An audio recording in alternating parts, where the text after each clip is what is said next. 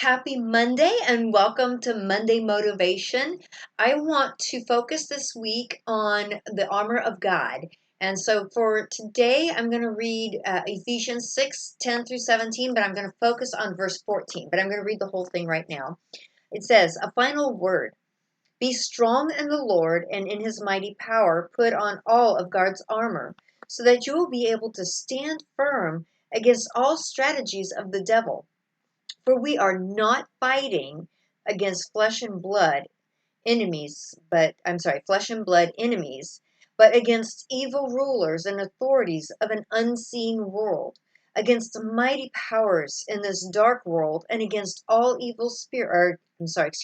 against evil spirits in the heavenly places. Therefore, put on every piece of God's armor so you will be able to resist the enemy in the time of evil.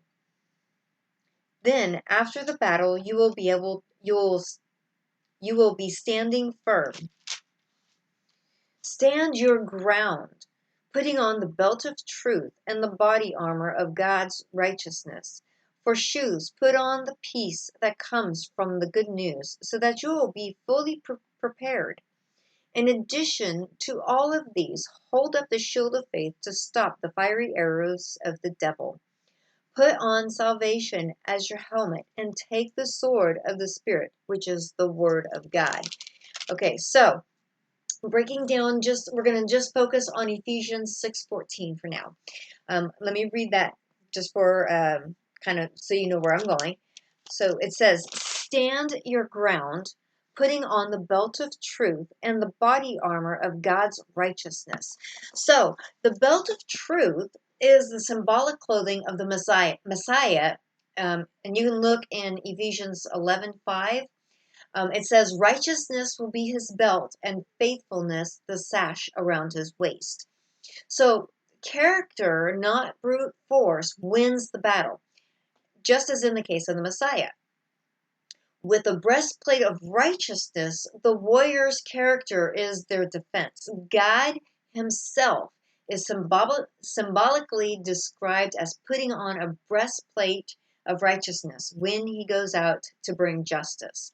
So you can look that up in Isaiah 59:17. It's pretty cool how this is also in the Old Testament and in the New Testament. The metaphor here is based on the armor of the first century Roman soldier. So the military metaphor is intended to show us that we are currently engaged in active battle right now.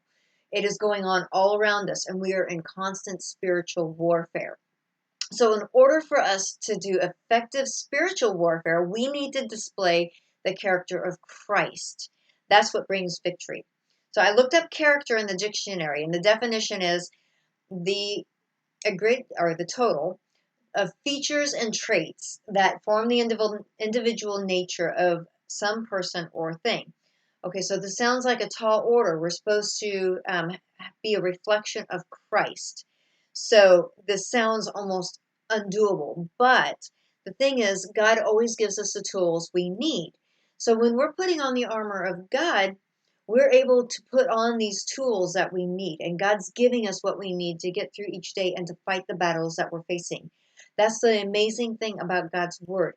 He supplies all the information we need to do the battles that we face every day. Thankfully, God does not require perfection from us. He just expects us to do the very best that we can, but not in our own strength. Remember, we're doing this in God's strength. He gives us what we need to get through each and every day and through each and every battle that we face. So with that, I'm going to leave you today, and we'll continue on with the armor of God tomorrow. You have an amazing day. Bye.